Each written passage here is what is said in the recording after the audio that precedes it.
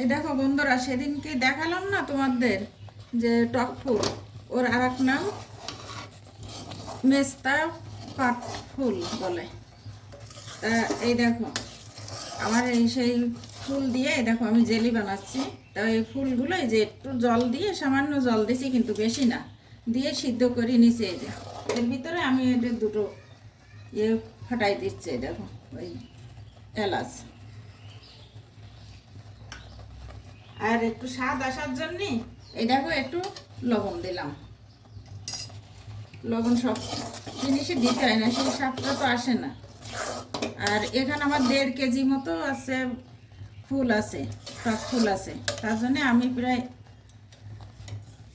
1 poor একটু বেশি, হয়তো 400 গ্রামের মতো আমি এই যে চিনি দিলাম।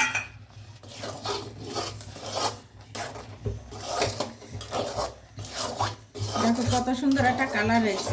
এটা পাউরুটি দিয়ে, রুটি দিয়ে খাওয়ার জন্য। আর এর কিন্তু একটা স্বাদ আছে। আমরা অনেকদিন পরে ফুলটা পেলাম, তাও খুলনা থেকে আমার বড় ছেলে পাঠাই দিয়েছে, তাইতে না এই এলাকায় দিয়ে পাওয়া যায় না এইগুলো। এই দেখো আমার এই জেলি তৈরি করা হয়ে গেছে, দেখো কি সুন্দর দেখাচ্ছে।